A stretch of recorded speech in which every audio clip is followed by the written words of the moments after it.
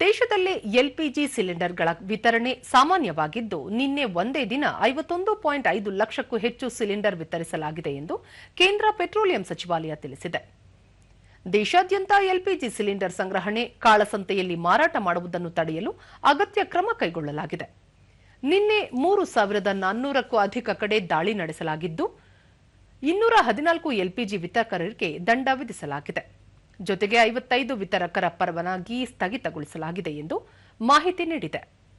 February ತಿಂಗಳಲ್ಲಿ ದೈನಂದಿನ ಸರಾಸರಿ 77,000ಕ್ಕೆ ಹೋಲಿಸಿದರೆ ದೇಶಾದ್ಯಂತ ಸುಮಾರು 1 ಲಕ್ಷಕ್ಕೂ ಅಧಿಕ 5 ಕೆಜಿಯ ಸಿಲಿಂಡರ್ ಮಾರಾಟ ಮಾಡಲಾಗಿದೆ. 5 ಕೆಜಿಯ ಸಿಲಿಂಡರ್ ಅನ್ನು ವಲಸೆ ಕಾರ್ಮಿಕರು, ವಿದ್ಯಾರ್ಥಿಗಳು, ದುರ್ಬಲ ಸಮುದಾಯದವರಿಗೆ ವಿತರಿಸಲಾಗುತ್ತಿದೆ ಎಂದು ಹೇಳಿದೆ. ಮಾರ್ಚ್ನಿಂದ ಇಲ್ಲಿಯವರೆಗೆ ಸುಮಾರು 4.15 ಲಕ್ಷ ಪಿಎನ್ಜಿ ಸಂಪರ್ಕ ನೀಡಲಾಗಿದೆ. ಹೊಸದಾಗಿ 4.55 ಲಕ್ಷ ಹೆಚ್ಚುವರಿ ಗ್ರಾಹಕರು ಹೊಸ ಸಂಪರ್ಕಕ್ಕಾಗಿ ನೋಂದಾಯಿಸಿಕೊಂಡಿದ್ದಾರೆ ಎಂದು ಮಾಹಿತಿ ನೀಡಿದೆ.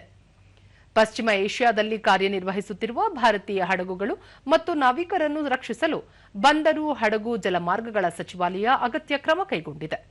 ಫೆಬ್ರವರಿ 28ರಿಂದ ಇಲ್ಲಿಯ ತನಕ 8,71,000 ಪ್ರಯಾಣಿಕರು ಭಾರತಕ್ಕೆ ಆಗಮಿಸಿದ್ದಾರೆ ಎಂದು ಮಾಹಿತಿ ನೀಡಿದೆ.